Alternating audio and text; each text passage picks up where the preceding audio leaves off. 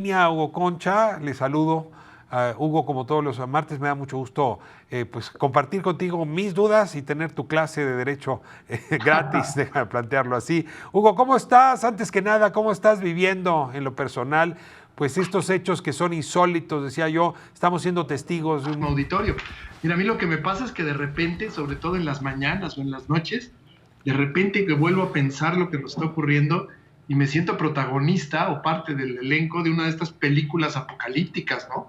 Tantas cosas que vimos, tantas novelas que hemos leído sobre este tema, y la verdad de las cosas es que ahora nos toca vivirlo.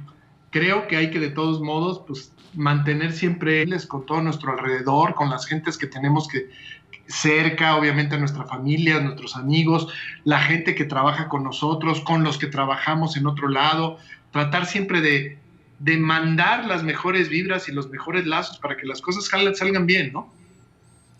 Hugo, sí, en efecto, decíamos la suspensión de los Juegos Olímpicos, las calles, ¿no?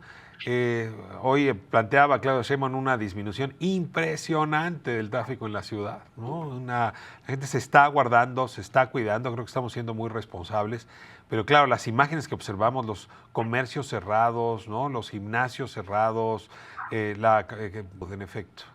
Hugo, pues déjame en esta lógica pedirte una revisión cuidadosa pues de los actos de autoridad que pues este Consejo de Salubridad General está emitiendo. Tú Sí. habías mencionado la semana pasada y pues este consejo fue el que anunció el día de ayer en Diario Oficial de la Federación, hoy lo repitió el subsecretario López-Gatell, pues que entramos a fase 2 y que se toman una serie de decisiones pues que ya empiezan a ser obligatorias para todas las partes. ¿Me ayudas a revisar si se Bueno, está cumpliendo con la Constitución según tu propia sí, preocupación de la semana? han hecho y he leído en muchos lugares. Primero, si México cuenta con el aparato jurídico necesario para enfrentar este tipo de situaciones, cosa que platicábamos justamente hace una semana. Yo creo que sí.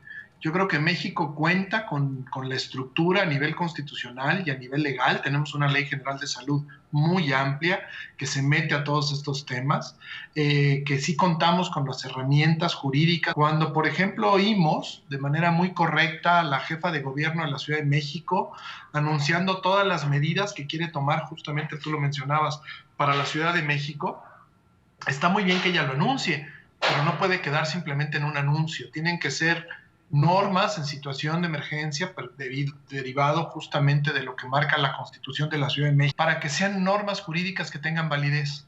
Estamos en una situación también jurídicamente muy extraña, porque ¿qué sucedería si ante una de estas normas o órdenes, vamos a llamarlas así, de autoridad, que no están siendo publicadas conforme al formato jurídico, llega la policía y le dice al dueño, voy a inventar, de un gimnasio, oye, usted tiene que cerrar? Y el dueño del gimnasio dice, pues no voy a cerrar, voy a tomar las medidas necesarias, voy a dejar máquinas intermedio para que la gente no esté cerca, voy a poner gel, voy a poner todo lo que hace falta. No, ya es una orden de la autoridad. Me dice, fundamentemela, dígame por qué. Acuérdate que vivimos en una democracia constitucional en donde los derechos están protegidos. Entonces, si bien la excepción existe, sí se tiene que formalizar. ¿Qué pasaría? Pues que ese señor no hay forma de obligarlo, lo tendrían que obligar violando sus derechos de manera total y absolutamente autoritaria, paro contra la autoridad por una violación de sus derechos. Nada más que se va a ver ante una situación también un poco inédita. El Poder Judicial de la Federación, en solidaridad con todo lo que está ocurriendo, decretó una suspensión de actividades. Entonces, no habría tampoco una institución para proteger nuestros derechos en este sentido. En todo lo que te estoy diciendo es que la formalidad jurídica no la podemos dejar de lado justamente para que tenga los efectos deseados y para evitar eventualmente un problema de otro tipo, que es más un problema de tipo social frente a las... Enfrente. Sí, Este Consejo de Salubridad General, si nos sí, remitimos a la historia, o sea, sí, viene desde el 17 y en el 17 pues recientemente se había vivido, por un lado, una peste muy seria y luego la gripe. Poner leyes generales o normas de aplicación general o para así es, ponerlo más preciso, de aplicación nacional. Aquí así es, viene la paradoja. sí, Es evidente que esta epidemia avanza por regiones. O son parches regionales. Hoy solo hay 5 entidades que realmente muestran datos preocupantes, lo cual llevaría a la obviedad de establecer políticas y por lo tanto actos de autoridad diversos, divergentes, incluso asimétricos, dependiendo la región de la que se trate. Así es. Ayer Alfonso Pérez Cuéllar, cabeza de uno de los organismos que representa a los abogados, decía, es que urge que haya medidas nacionales. Y yo decía, pero si lo que requerimos son urgentemente orográfica necesaria, ¿no? Demográfica, sociodemográfica, que está mostrando esta pandemia. ¿Cómo resuelves estas normas generales para una epidemia que es regional, que no es nacional? No, yo ahí no le vería ningún problema, querido Ricardo, porque hay una máxima, un principio en derecho que el que puede lo más, puede lo menos. ¿Qué quiere decirte con esto? El Consejo de Salubridad General es un órgano de excepción establecido en la Constitución, justamente que tiene hasta el límite de poder emitir normas de carácter general, establecer estas normas, ¿no? Que es un poco a lo que aludía mi querido Alfonso Pérez Cuéllar. El tema, sin embargo, es que este Consejo de Salubridad General podría también perfectamente, en una de sus resoluciones, en sus acuerdos, decir, bueno, para este tipo de epidemia que está viviendo México, en donde se están dando brotes diferenciados de acuerdo con las regiones del país, este Consejo de Salubridad dispone que en la región del centro se van a tomar estas medidas, mientras que en la región del sur se van a tomar estas otras. No sé si me explico. La naturaleza de las disposiciones, la naturaleza del alcance, lo que puede el Consejo de Salubridad General, es general, pero él mismo puede decidir hacer cosas particulares o hasta locales o hasta municipales.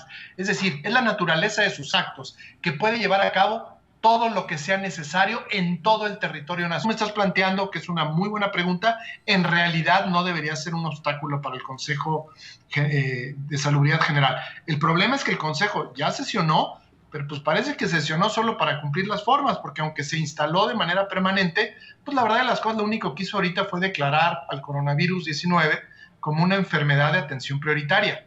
Punto. Es importantísima esa declaración, pero por supuesto no es suficiente. Se tienen que tomar muchas más medidas conforme esta etapa 2 ahora tenga que ir avanzando en muchas de las cosas que se requieren. Muchas de estas disposiciones que algunos gobernadores, que la jefa de gobierno, o que ya incluso parece que el presidente hoy a través de un decreto quieren empezar a emitir, pues la verdad de las cosas, lo ideal sería que más bien fuera a través del Consejo de Salubridad General del país. Para eso es un consejo con la integración que tiene. En él mismo están todas las autoridades del país ahí manifestadas para que justamente se tomen estas medidas con ese carácter. Un comentario más que también quisiera hacer.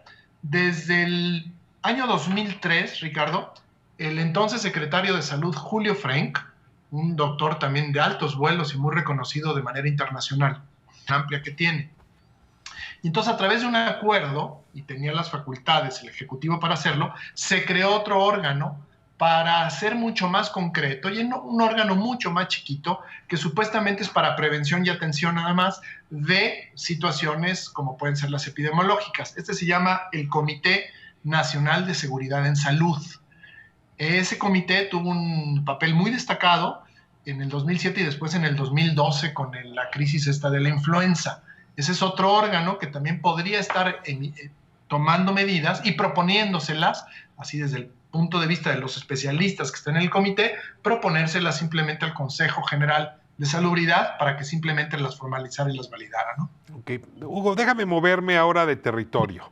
Sí, por supuesto. Yo, como tú y probablemente gran parte de la audiencia, pues he estado atenta de las medidas que se han tomado en otros países. Estaban en sus casas y salió el ejército, probablemente desde la Segunda Guerra que no se veía el ejército inglés en las calles.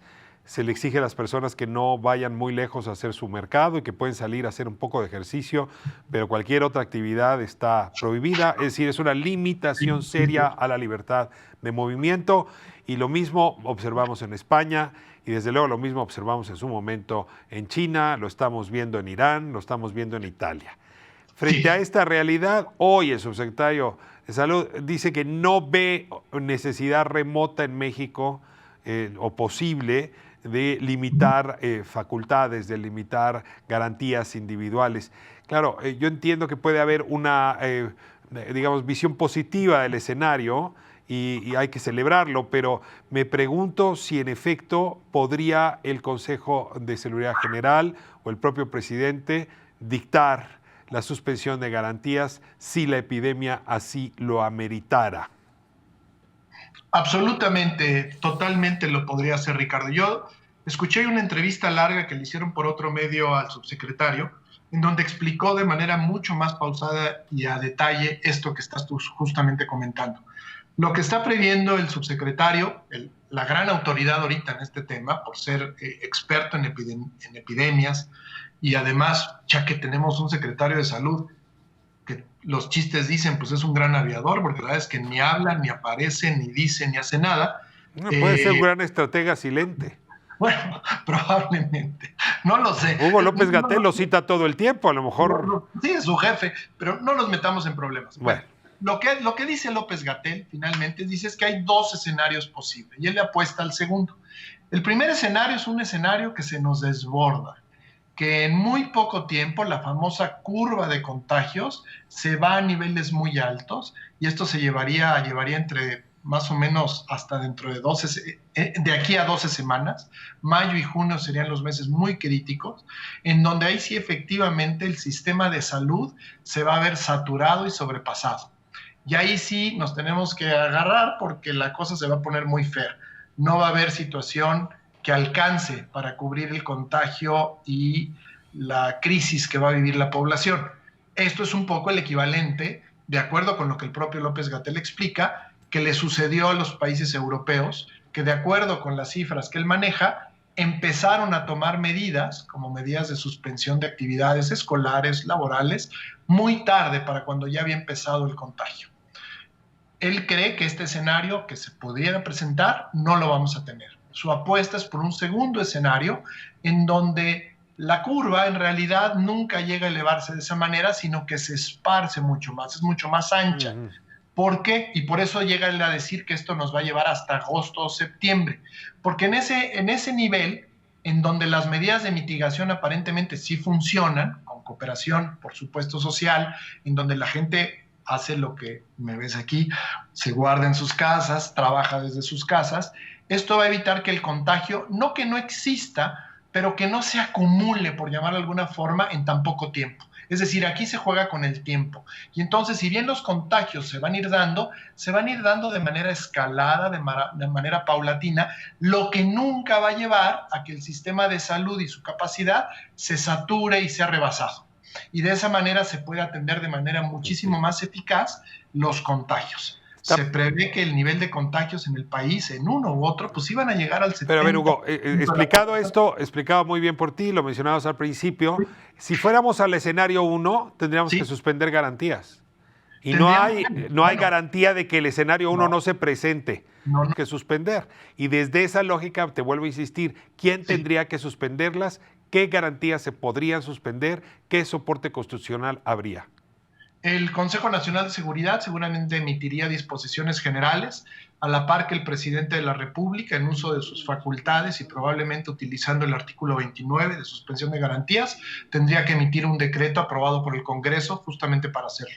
Sería en todo el territorio nacional o en regiones específicas, ¿no? Esos serían un poco los dos mecanismos de excepcionalidad que existen en el país para llevarlo a que nos estamos refiriendo en este momento. Es un plan de asistencia cívica, ciudadana. El plan de N3 en cualquier momento se puede convertir en un programa de intervención ya y contención de la población en una suspensión de garantías, ¿no? Hugo, te agradezco mucho, como todos los martes, esta conversación.